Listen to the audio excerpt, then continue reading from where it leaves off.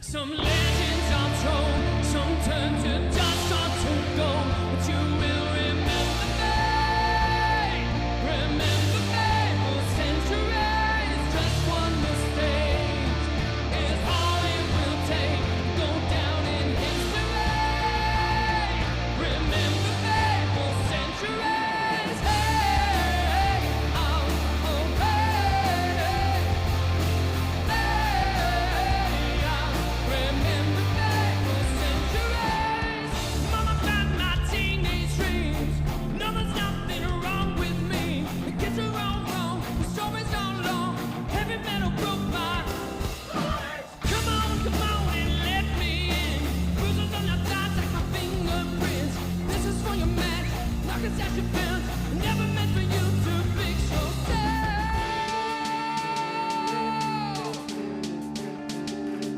Some legends are told, some turn to dust or to gold, but you will remember me.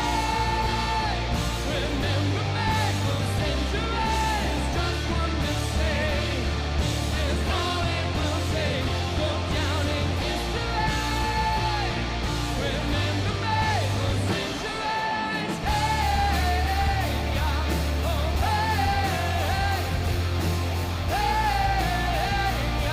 remember me for centuries. Can't stop till the whole world knows my name, 'cause I was only born inside my dreams. Till you die for me, as long as there's a light, a shadows over you, 'cause I am the opposite of amnesia. You're my cherry blossom, you're a master bloom. You look so pretty, but you go so sad.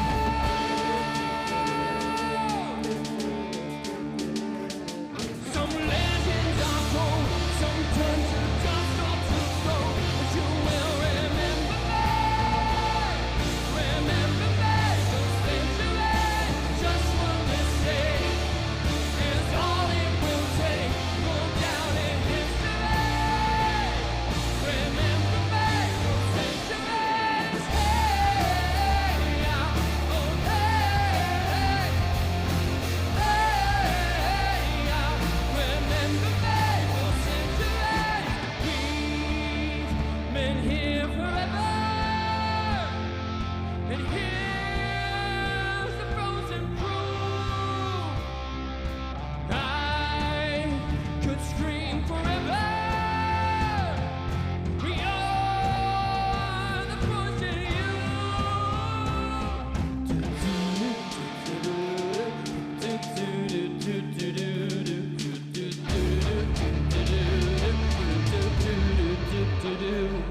Some legends are told, some turn to dust or to gold, but you will remember me. Remember me for centuries. Just one mistake is all it will take. Go down in history. Remember me for centuries. Hey, oh, hey, remember me for centuries.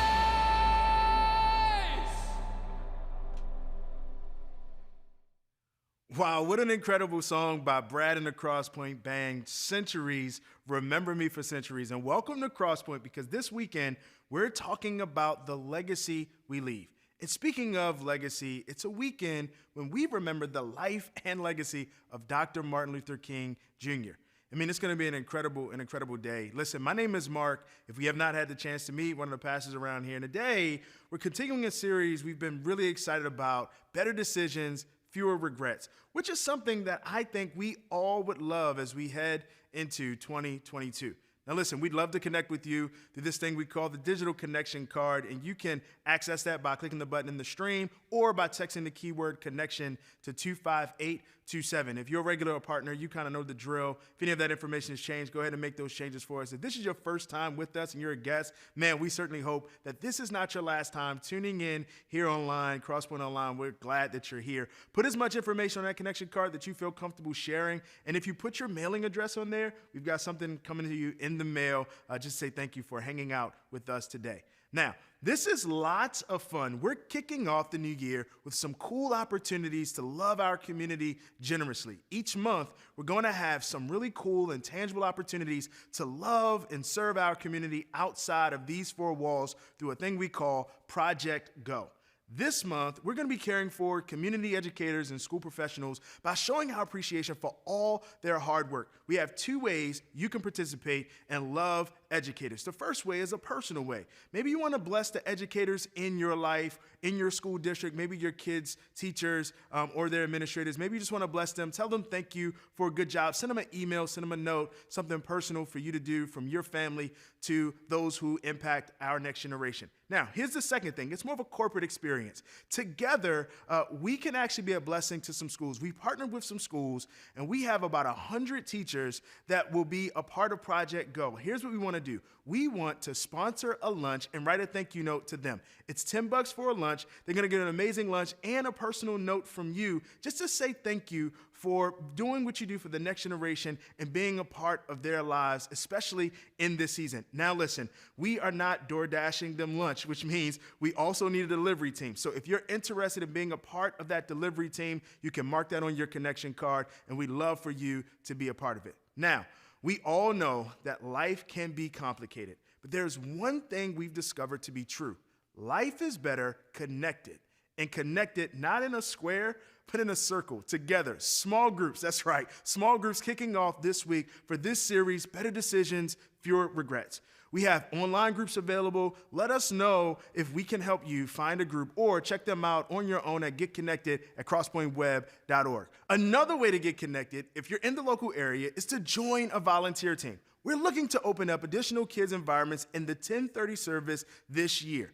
And our ability to do so comes down to you. That's right. There are about 20 plus volunteer roles to be filled to do this. So if you don't serve on a team and are interested in being one of these 25 volunteers in the Crosspoint Kids environments, please let us know. Mark that on your connection card. Or if you'd like to volunteer on one of our other awesome teams, please make sure that you check out all of those opportunities on crosspointweb.org/volunteer. All right.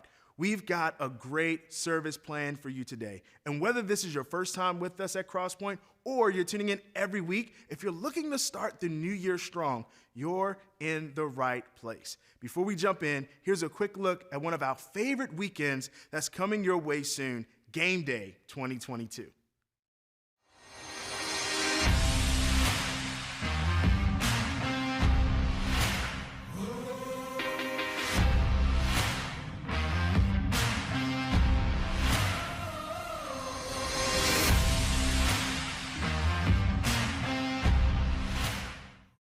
Oh, man, I tell you what, game day is coming. It's going to be so exciting. I hope you will plan to join us here coming this February. Well, hey, Happy New Year to you. It's so good to be back with you this weekend. My name is Curt, and if we've not had a chance to meet, it's great to meet you. Great to have you with us. If you are here for the first time, we hope it's not your last time, and we're glad you're tuning in from wherever you may be tuning in from today. Now, we hope you had a great Christmas and a great New Year.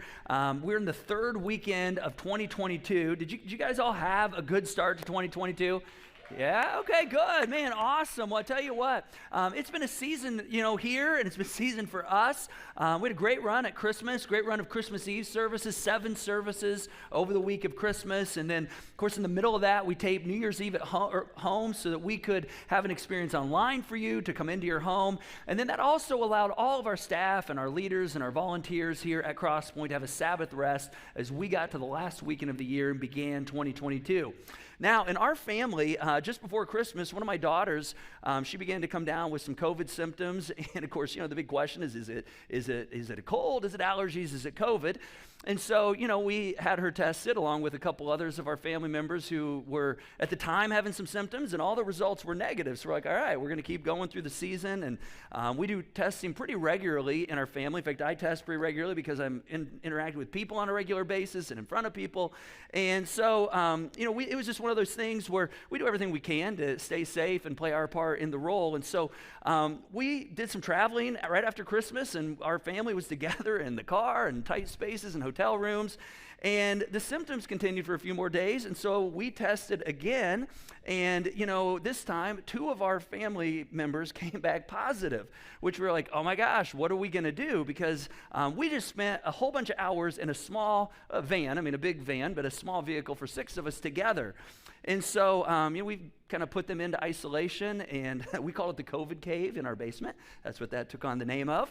And it was kind of, like they're down there then, and we're delivering meals, with masks on, and they're isolating, and, they're kind of on their own for the week, which don't feel too bad for them because it's like a posh place down there. They got like gaming systems and TVs and, a full bath and, a bedroom and multiple beds and a bar, not alcohol for them, but, like drinks, refrigerator, the whole deal. It's like they could live down there. And so the bummer of it was that we all of a sudden for the rest of the holidays, it's like, man, we're going to be isolated. We're not going to be able to be together, for the remainder of this season. And so a couple days later, a couple others of us, myself included, had some symptoms, and so tested again, and 2 more of us came down positive at that point. And so I was headed to the COVID cave. Good news is it was like a party in the cave. That's what was happening. We were all down there together, and I'm not exactly sure how this started, but our kid, there you go, you got a picture of us, hanging out, getting one of our meals. And my older 2 kids began a series of movies. I think it started with Adam Sandler, and it just kind of took off. And it went from him to, Will Ferrell to Vince Vaughn and Owen Wilson. And we had all it was like a movie party every single night. The internship multiple times, which I'll share a little bit more on here in a moment. But it was lots of fun. And then, even though we were sick and, a couple days later, I said to my wife, you and our other daughter probably should test again because you've been around us. And wouldn't you know, we went 6 for 6. I don't know that COVID is what you want to go 6 for 6 on. Free throws, perhaps at bats, but COVID, I don't think 6 for 6 is the goal. But the good news is we all got to spend the rest of the holiday season together, isolating together. And everybody's fine, by the way. We're all vaccinated. In fact, 3 of us are boosted. And for the most part, it was mild symptoms, sniffles. I got hit, I think, a little hard. I don't know why they say I'm the wimp in the group, but I've just been so tired. But I'm telling you, I'm kind of telling everybody, man, get vaxxed. Get vaccinated if you're not vaccinated. Get boosted if you are vaccinated. This thing's a doozy, and I know many of you have been experiencing this as well. But I'm telling you, I don't know that if I wouldn't have the vaccine, I would be here right now. I think I would have been in a lot worse place. So I just want to say thank you to all the nurses, all the doctors, medical teams that are helping people get vaccinated in our community. Let's just thank them, because you guys, I tell you what, you saved our holiday break and allowed us to enjoy it because of the work you're doing, and specifically our doctors and nurses that are taking care of our family and have over the last week. So we're just so thankful, and it's good to be back with you today. Now, we're in week 2 of the series, Better Decisions, Fewer Regrets. And speaking of Vince Vaughn and Owen Wilson and the movie The Internship, I'm going to show you a scene that I saw a number of times over the past week, because this really sets up our time well together today and connects kind of what we talked about last week to this week. So if you're not familiar with The Internship, Vince Vaughn, Owen Wilson, Billy and Nikki, they lose their jobs. They're kind of middle-aged guys. They decide to go back at the beginning and take an internship with Google. And this is where we pick up this scene in one of their orientations.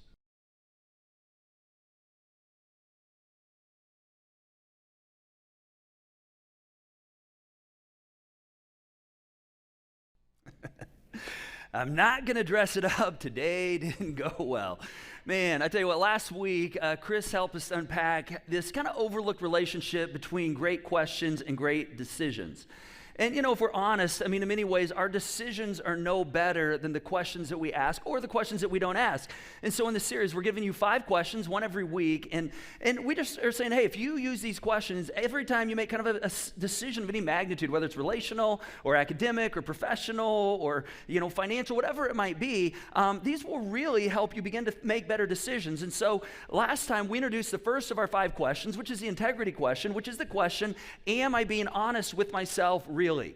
And that's the question that, Owen and Nikki, they just kind of answered for us. It's why I love this scene in the internship, because, what they kind of showed us is that, acknowledging where we are and, okay, that didn't go so well right there. That's the first step to actually helping us get to where we really want to be. And so I think to ask this question, am I being honest, really, is a really good question. Now, the other thing we're doing in this series is we gave you a proverb right at the beginning and said, hey, we want to challenge you to memorize this proverb. And this is the proverb right here. It says, the prudent see danger, meaning they see something and they go, oh, this isn't good, and they recognize it, they adjust to it, and they take refuge. But the simple or the naive, or those who don't really understand that all of life is connected, it's not just a series of random events, that the simple keep going and ultimately they end up paying the penalty. Now, the reason we've kind of asked you to commit this to memory is because these 5 questions that we're giving you each week, they're going to bring up a conflict kind of in your inner self. And there's this voice in your head. We called it a salesperson last week and said, there's a salesperson in your head that sounds amazingly like your voice. It's always trying to convince you of things that you want. And so it tells you to act fast, to decide now, to not wait. And it causes us to focus on the immediate instead of the ultimate. And so this verse is kind of a reminder. It kind of helps us slow down, and it causes us to kind of realize that, we need to step back and take perspective and really consider that all of life is connected and those things impact the story of our lives. And so today we're going to take a look at what we're calling the legacy question. This is the second question. And again, as you make any decision of any magnitude, whether it's relational or financial, I encourage you to add this to your decision-making tree. And the reason I say add is because you have a decision-making tree. I mean, you already have it. You may not know what it is, but we all use a filter to make our decisions. So here's another question to add to that, and that is, what story do I want to tell? What story do I want to tell? And so think about it this way, when this decision that you're in right now, or whatever season of life you may be going through, or this relationship or this business transaction, when it's reduced to a 1 or 2 sentence summary in 2 years or 5 years, what story do you want to tell? What do you want this event right now? Do you want to be the hero? Do you want to be the villain? Do you want to be the good example? Do you want to be the bad example? Or think about it this way, what story do you want to be able to tell to your kids? Or perhaps what story do you want to be able to tell to your grandkids? And see, here's the good news. The good news is you get to decide. See, every choice that you and I make, we are adding to the story of our lives. And so you write your story one decision at a time. And so every decision you make becomes a part of your permanent story, because every decision has outcomes. Whether they're good outcomes, bad outcomes, desirable outcomes, not so desirable outcomes, those outcomes actually become a part of your permanent story.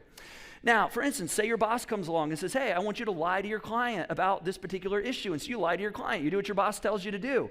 And the client kind of calls you on it. And they call your boss, say, hey, I don't know if you know this, but, your employee, they actually lied to me. And your boss doesn't stand up for you. What do? They call you and blame you and say, hey, why'd you lie to them? And you're fired. And so you get fired because you lied to a client. That's not a very good story to tell. So maybe consider a different story. Perhaps your boss comes along and asks you to lie to your client, and you say, you know what, I'm not going to lie to my client, and you end up getting fired because you didn't follow your boss's orders. Now, that's not a good story either, but I think that's a better story, right? I lost my job because I wasn't willing to do something that I felt like was unethical. Or perhaps if you're in college or high school, your friends, they want you to go out and party, and you've got a big exam to study for the next day, and so you say no. And the next day you go to exam and you ace your exam, and you do this over and over and over again. At the end of 4 years, you end up walking out with a degree. Well, that is a great story to tell. And so the point is, I want us to see that every decision and the outcome of that decision, these become a part of our story. And so decision by decision by decision, we are writing the story of our life. And the cool thing is, because you're writing it, there are moments where you get to hit pause. There's moments where you get to decide, okay, what is the story from this point forward that I want to tell? Which means that the decision you may be wrestling with right now, that one day you're going to be able to tell that as a part of your story. Now, the challenge in all of this is that we don't often think of our lives in terms of story, do we? In fact, if you recently lost your job, let's say, you're trying to figure out how to survive this season without a job. All right? I mean, one day this is going to be a 2 or 3 sentence paragraph or in your story of your life. But right now you're like, okay, what story do I get to tell? All right, I lost my job. I was somewhat embarrassed. I started drinking too much. When I was drinking, I said some things on social media I wish I wouldn't have said. I offended some friends. I turned off my kids. I mean, that's not a great story, right? And it's understandable. I mean, it's understandable if we do that. But at the same time, losing a job, I mean, that's kind of, terrifying, right? If I'm out of work for a period of time. But it's oftentimes in those valleys that some of the most important decisions in my life get made and tell my story. Now, I think another reason that we oftentimes, don't think about our story in the midst of the decisions we're making is because we get distracted by the pressure and the emotion that comes in the moment. And think about this. Emotion, when it comes to decision making, it's like a fog, right? I mean, it cloudies up our ability to make good decisions at times. And you know how this works. You're facing a deadline, or you've got somebody saying, hey, I need a decision, and I need it now. Are you going to marry me? If not, I'm going to leave you, right? And nobody wants to get left. Or, if you don't hit your sales quota, then I'm going to fire you. And so nobody wants to get fired. And so when we're forced to make decisions under pressure, it's hard to think about tomorrow, right? We're just trying to figure out, how do I get through today? We're not thinking about our bigger story. And so whether it's love or fear or some kind of jealousy, see, emotions that are associated with the decision-making process, they tend to allow us to focus more on the immediate than the bigger picture or the ultimate. And so we focus more on our options in the moment, which is the best of the options, versus our story. And I know that you know this, but I think it's worth mentioning. There are no emotionally neutral making decision environments, are there? I don't know if you've noticed this or not, but there's no emotionally neutral decision-making environments. And this is why I'm going to share something with you, and I'm going to take a risk in doing this because I don't know all of your stories, all right? And so you might say, well, my story's a little different, Curt, but here's the thing. I would venture to say that your worst decision you've ever made was likely fueled by something with a strong emotional appeal. Right? I mean, maybe it was the first marriage that pretty much was doomed from the beginning, and you're like, yeah, but we're engaged, and everybody expects we're going to get married, and so let's just go through with it. Or perhaps it was a purchase or a lease, and you sat in it, and you drove it, and you just pictured how great you looked in it, and so that emotional kind of energy caused you to make decisions. It clouded your decisions. And see, if you work in retail sales, you know this, right? Like, you know exactly how this whole deal works. Like, you know the worst thing that can happen if you're working with somebody who's looking to buy something on the floor, on the showroom floor, the worst thing that could happen is that they walk out the door without making the purchase. Why is that? Because the moment they walk out the door, the emotional energy begins to decrease. The emotional appeal begins to decrease, and the chance of you making a sale begins to decrease as well. Now, psychologists, they actually give us a term for this. They define this dynamic for us. And they kind of describe how when our appetites kind of get in the way in our decision-making process, and how we almost feel like we're losing our mind at times. And so they call it this cognitive bias, and they define it as this word focalism. Now, we've all been victims of focalism. Focalism is when you get so hyper-focused on something, almost to the neglect of everything else. Now, in our home right now, and this has really happened over the last 2 or 3 weeks, my kids are absolutely convinced that we need another dog in our home. All right, and we've got a great looking dog. I mean, this is Minnie, our dog right here. She could be a model for Field and Stream. All right, I mean, that's her. That's not like a Photoshop dog right there. That's my dog. And so they got a great dog, but they are convinced they need a dog, and not any dog. It needs to be an English Bulldog puppy. Now, I don't know what you know about English Bulldog puppies, but they are a lot of work. And so every single night, every free moment, I get texts, Dad, did you see these puppies for sale? Dad, here's puppies that need rehomed. Have you followed up? Have you checked on the adoption? When are we getting the puppy? How much does this one cost? I mean, it's constant. In fact, good old Minnie got some bones for Christmas. She got a 2-pack. They saved one that's still sitting on the counter for the dog that they believe we should have in our home that's not yet there. I mean, that focalism has taken over everything, almost to the neglect of everything else is about acquiring this dog. And so the point is this. Every emotionally charged decision environment, and look at those eyes. I mean, how does that not emotionally charge you, right? When you look at the eyes of an English Bulldog. Every emotionally charged decision environment, it causes us to think about our options, not necessarily our stories.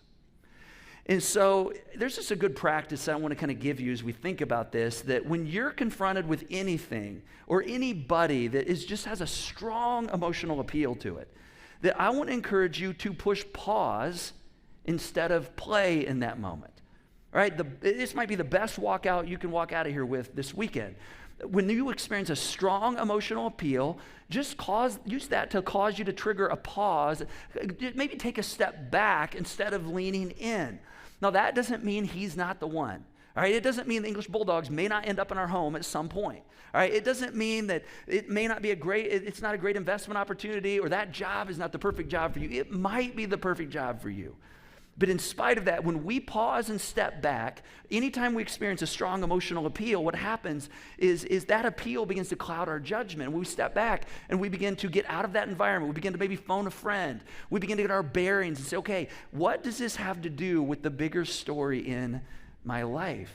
And when you do that, you begin to compare that to the broader context of, okay, is this what I want my life to look like?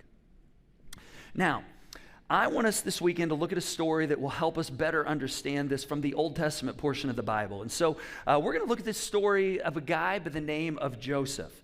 And I just think this is a great reminder for us, or maybe a picture for many of us, of kind of the legacy preserving nature of this question we're looking at. What kind of story do I want to tell? All right, now many of you, you're familiar with Joseph's story, or you're familiar with like the Joseph and the Technicolor Dreamcoat version of the story. So if you've seen the show, or perhaps read the story, or maybe you're not real familiar with the story, I'm going to kind of give you kind of the big picture condensed version of the story.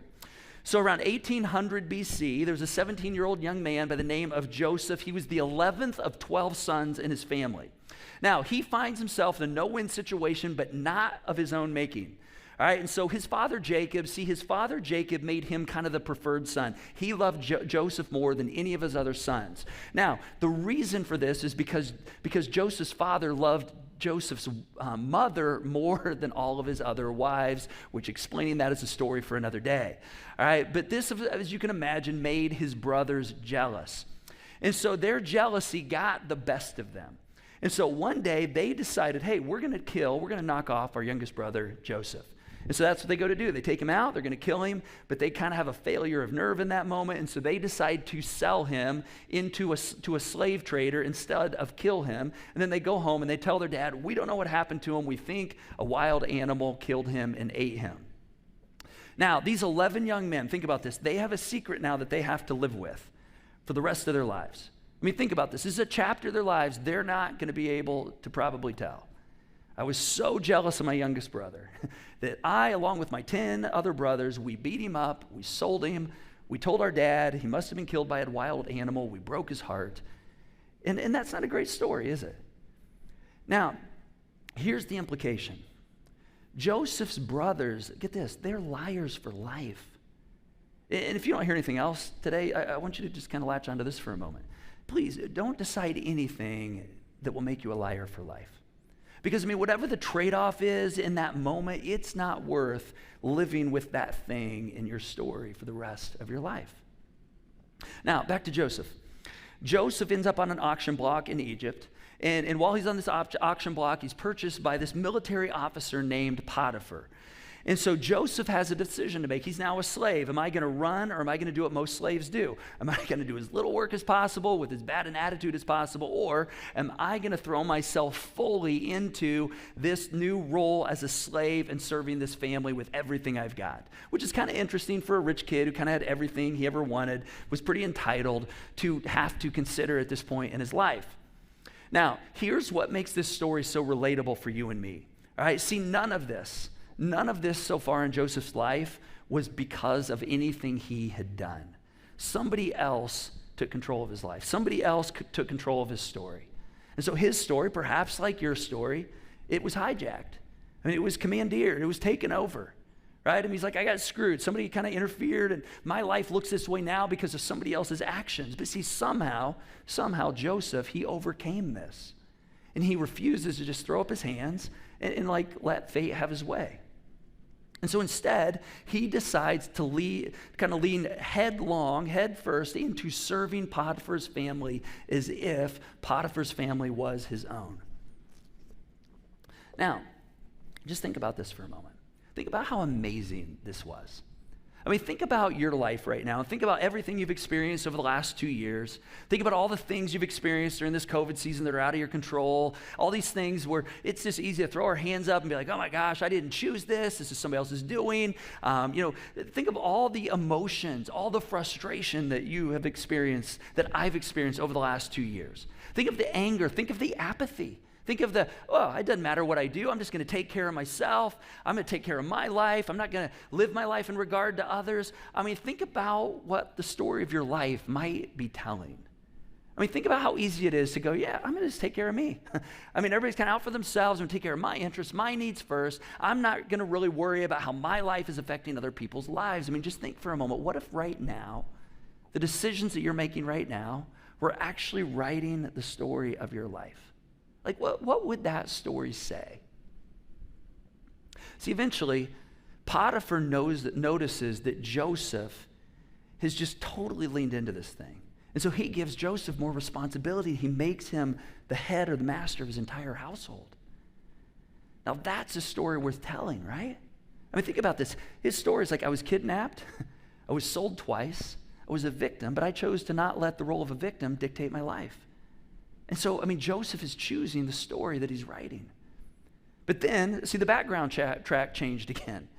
And so, again, Joseph, his life intersects with somebody else's life. This time, it's Potiphar's wife.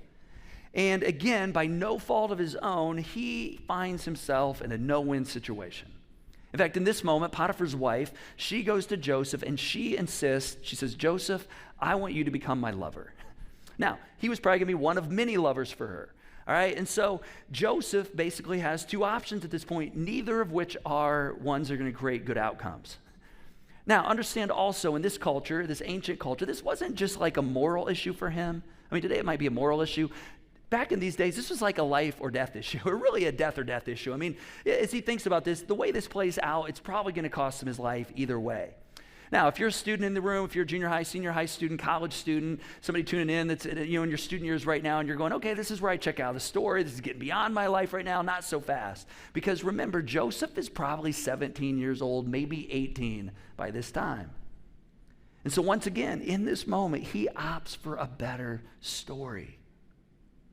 And it's at this intersection of his story that he employs this very, very powerful technique that I think you and I can actually learn from. In fact, here's what he does right here. Joseph rehearses his story and how he's going to respond to it out loud in the context of how he's going to respond to Potiphar's wife. This is one of the reasons we know from this story in the Old Testament how he responded in this. And so I want to kind of paraphrase the first part of what he did right here, and then I'm going to read to you from the text kind of the next part of his story. So essentially, here's what he said. He said, Mrs. Potiphar, I've come to this land as a slave. I had no rights, no future. Your husband purchased me, and I did my best to serve him and to serve you. Through hard work and God's help, I've gained the trust of your husband and you, and he's put me in charge of his entire household. And then he goes on to say, with me in charge of the household, I mean, think about this for a moment. He told her, my master does not concern himself with anything in the house. Everything he owns, he has entrusted to my care. Think about this right here. He says, no one is greater in this house than I am. My master has withheld nothing from me except you, because you are his wife. I mean, the implication, what Joseph's saying is, Mrs. Potiphar, this is not just your story, but this is my story right here. I mean, you really need to rethink your story, Mrs. Potiphar. I mean, do you really want an affair with a Hebrew slave to be a part of your story? See, Joseph, he pushes the pause button, and he steps back, and he kind of rehearses this story in the broader context of all that's happened, of all the confidence that Potiphar has gained in him. In light of God's mercy to me, I mean, my whole life is in a place that I didn't expect it to be. And then he asks this question. He says, how then could I do such a wicked thing and sin against God? And any sin against God really is ultimately a sin against usually other people as well. And so basically he's like, why, Mrs. Potiphar, would I want to add adultery to what's turning out to be a pretty good story in my life? In other words, there's two stories that I can choose to tell right here. And so, which of these two options do you think are the best options? Here's story number one. Your husband, he gave me an opportunity that I never dreamed that would come my way, and I have been faithful to him, to your husband. And God, who's been faithful to me, continues to watch over me and continues to look out for me. Oh my gosh, that sounds like a pretty good story, right? That's better than I would have ever dreamed. Or here's story number 2. Your husband gave me an opportunity that I never dreamed would come my way, so I took advantage of his trust, and I had an affair with his wife. What story do I want to tell? Ms. Potiphar, what story do you want to tell? See, whatever decision you're in the middle of right now, it's no more than a story you're going to tell in 2 years or 5 years or 10 years. It's going to be 2 or 3 sentences. And so we get to decide, what story do I want to tell? Now, you probably know Joseph, he chose the right thing, and the right thing didn't necessarily go the way that he planned. And so Potiphar's wife, she decided to accuse him, probably because she felt rejected. She accused him of raping her. And so Joseph lands himself back in Pharaoh's dungeon. But see, Joseph's story isn't over. Now, let's be honest. Whenever you and I find ourselves in a long, difficult season, when things do not go the way that we planned, it's easy for us to begin to realize and make decisions and think we're just stuck in this chapter and this is our story. But we have to remember it's just a chapter. And the decisions we make in that season actually can affect if our story ends well or if it ends bad. And so if you know the story, you know that Joseph, while he's in the dungeon, he does the same thing in the dungeon that he did when he was the master of the household. He does what Joseph does. He decides well, and he wins over the favor of the prison warden. Now think about this. I don't think anybody's life goal is to win over the favor of the prison warden, right? I don't think that's like, woo, man, that's a good dream. But that's what he does because that's what his option is. So several years later, now don't miss this small little detail right here, right? Because you and I, we were like, well, hey, next week I hope things change, or next month. Don't miss this detail. Several years later, he finds himself being ushered back into Pharaoh's presence to interpret a dream. Now, you might say, why is he being ushered up to interpret a dream? Well, see, Pharaoh had a dream that he thought was pretty significant for the nation of Egypt, and none of his magicians were able to interpret it for him. So he brings Joseph up, and in kind of a surprising twist, Joseph goes up and says, man, Pharaoh, I don't know that I can interpret this dream. And everybody kind of oohs and ahs because that's not the answer Pharaoh was looking for. But he says, but my God, the God of the Hebrews, I believe can help me interpret the dream. Which was kind of a dangerous thing to say because Pharaoh, by the way, kind of sees himself as a god. And so that was kind of dangerous to say, hey, my God can actually help me. But see, Pharaoh, fortunately that day, was probably a little more curious than he was furious. So he let Joseph go ahead and interpret his dream. And so according to Joseph, he said, hey, this is what God is telling me about this dream. He says, Pharaoh, Egypt is going to have 7 years of record grain harvest. In essence, you're going to be swimming in grain. You're going to have more grain than you know what to do with over the next 7 years. Now, here's why this is such a big deal. Because, see, bread was a staple in this ancient culture. And so if you didn't have grain, you didn't eat, people starved. So this was like really, really good news. And so that was just half of the dream. All right, part 1 of the dream was Egypt is going to have more grain than they know what to do with. And so that's good news over the next 7 years. But those 7 years are going to be followed by a famine that's so bad that everybody's going to forget about how good those 7 years actually were. Now, when Joseph finishes interpreting the dream, everybody assumed he was going to be escorted down to the dungeon. But Joseph wasn't finished. He does the unthinkable. He actually offers Pharaoh unsolicited advice. Now, nobody gives Pharaoh unsolicited advice, especially a foreigner who's been brought up from the dungeon. And so here was the advice. Joseph said, Pharaoh, listen, somebody needs to wake up every single day focused on this problem. In fact, somebody needs to wake up every single day that is thinking about and preparing for what's coming. Pharaoh, you need to put somebody you trust in charge of grain storage over these next 7 years. And there was silence in the room. Everybody was waiting to see how Pharaoh responded. But Pharaoh, he stands up, he smiles, he looks at Joseph, and he says, can we find anyone like this man, one in whom this is the Spirit of God? And then Pharaoh said to Joseph, since God has made all this known to you, there is no one so discerning and wise as you. And then this next line just like blew everyone away. He says, you shall be in charge of my palace, and all my people are to submit to your orders. Only with respect to the throne will I be greater than you. So in this moment, Joseph is made prime minister of the entire nation of Egypt. Because once again, Joseph did what Joseph does. He decides well, and he devotes himself to this unprecedented opportunity right here. Now, 7 years later, just as he had promised in the dream, a famine devastates the world. And all of the Egyptians, they go through all their grain, and their cupboards are now bare. And Joseph, he opens up the silos of stored grain, and he feeds the entire nation.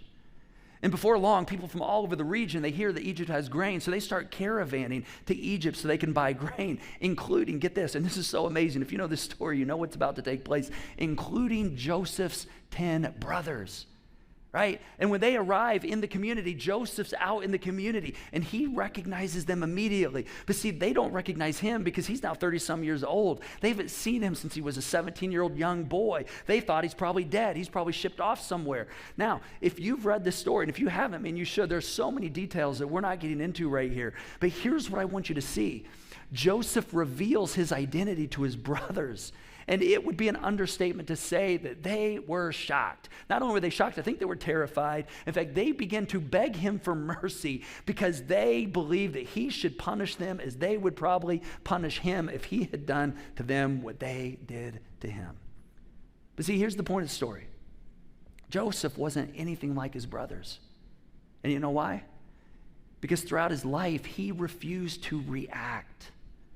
He refused to react, and in refusing to react to the circumstances, he did not become like the people that he didn't like. He decided against the gravitational pull of bitterness. And so as a result of that, he now has the power.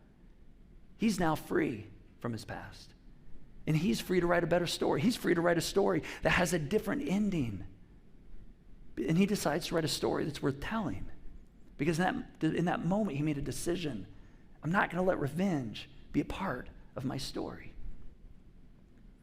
Now, in addition to saving Egypt and rescuing them from the famine, he rescues his family, and he rescues his family's family. Now, I'll tell you what, that is a story worth telling. One response, one decision at a time. Which brings us back to you and brings us back to me. And brings us back to this question, what story do you want your life to tell? You know, I don't know what decision you're facing right now. I don't know what things going on in your life right now, but I want to tell you about a conversation that I had with one of my kids about this time last year that really has lifted up why this question, what story do I want to tell, why this question is so important. It was almost a year to this week. I had a phone call from my daughter who was at college at the time. She just returned for her second semester of her freshman year. And she said, Dad, I'm really sad for a bunch of my friends. And she said, you know, a bunch of my friends, they're just like turning away from their faith. And of course, you know, I said, well, what do you think has caused this? And she said, well, I've been asking them questions. And she was a part of all these groups on her campus and Bible studies and faith groups and parachurch groups. And you know, she started talking about how, you know, the social unrest of the last year and the racial unrest and even the insurrection at the Capitol that happened, you know, I think just the week before this. And I'm here going, oh my gosh, they're probably bailing and thinking, oh my gosh, where's God in the midst of this? Why is our world this way? Why do these things keep happening? And she said, no, that's not it at all. She said the reason they're turning away from their faith is because they're coming back from Christmas break, Christmas holiday, and they've watched their parents react to all of these things going on in our world. And they've watched them react out of fear because they're losing control, or the world's not the way they want it to be, or they feel like the world's going in a direction that they don't want and they don't know what to do, so they're reacting and they're spewing all this hatred at people, and they're refusing to acknowledge the narratives of people who maybe have a different story than them, and they're reacting with vengeance instead of love. And these are the very people in their life who told them you should always love other people, not act hatefully, and yet they're doing the very thing they taught us not to do. And she said, I've talked to a few of my friends that are just like, if that's what it means to be a person of faith, I don't think I want anything to do with faith. And she's like, I'm burdened for them. And that conversation really impacted me. And the reason I share it with you is this. You never know who or what hangs in the balance of the decisions that you're making. All right, this is such a big deal. All right, this is bigger than you, it's bigger than me. And I like to remind parents of this every chance that I get. But the most significant thing, if you're a parent, that you can do might not be something you do, or something you stand up for, or something you defend when you feel like things aren't going the way that you want, or something goes against your values. The most important thing may be someone you are raising. And the impact comes from the story that your life is telling. See, like Joseph and his brothers, they're writing their story one decision at a time. And the outcome of those decisions, those become a part of our story. And so, man, I just hope for every single one of us that as we walk out this weekend, we can say, okay, what does that look like and how do I write a good one? And I hope you've decided a good one up to this point. And if you haven't decided a good one up to this point, remember, that's a chapter of your life. You can exit that chapter and begin a new chapter. But see, I want to give us a challenge. I want to challenge all of us to kind of commit to a decision right now as we prepare to go into this week. And here's the thing I want us to consider. I want you to decide, will I decide the story that I'll be proud to tell? And this is one of our next steps this week, and you get in your connection card. In fact, I encourage you to do that. Not for our benefit, but for you to say, hey, I'm going to declare this right now. I'm going to decide from this point forward, I'm going to decide a story that I'll be proud to tell one day to my kids, to my grandkids perhaps. And I'll begin to decide on that accordingly. Because see, your life is not just a random array of events, but it's all connected. And those things all connect to become your story, even though it doesn't feel that way oftentimes in the moment. And so I hope you write a good one. And I know the people that are looking to you, the young eyes that are looking to you, hope you write a good one. And the people that are depending on you and the people that you're leading, hope you write a good one. And so what kind of story do you want to write? I hope you'll decide a story that you'll be proud to tell. We're going to pick up here next week with question 3, which is going to be the conscience question. I want to pray for us. Let's go ahead and stand, and let me pray for us, and we're going to sing one more song. Hey, God, thank you for inviting us into your story. And thank you for meeting us in the midst of our story. It's amazing how you do that. And I know we're going through seasons where we're experiencing things and navigating things and making decisions on things that in many cases we have never done before. There's no playbook for the season that we're in right now, and yet, God, I pray that you would help us this week to keep our bigger story in mind and not just get consumed with the here and the now and the options in front of us, but to consider the ultimate and to step back and to realize we can press pause and that we can actually begin to navigate a different story. And God, I just pray that you help us to write a story we'd be proud to tell. And God, I pray that you remind us, every single one of us, because we probably need some reminding that you have a hope for us and you promise us that you have plans that are good. And so we just pray that you would kind of cement that in our heart as we close today.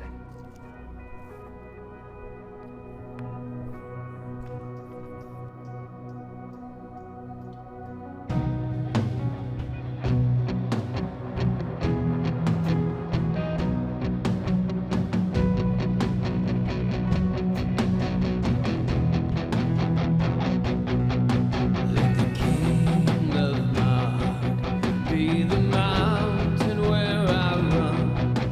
If I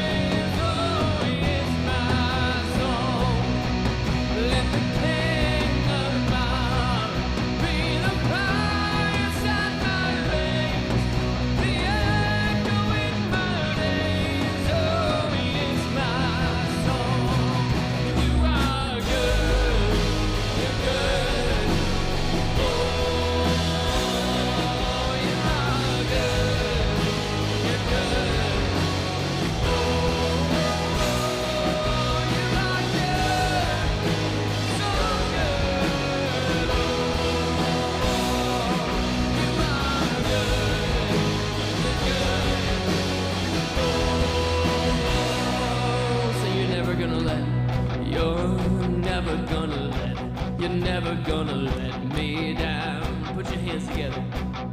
You're never gonna let me down. You're never gonna let me down. You're never gonna make that your prayer today.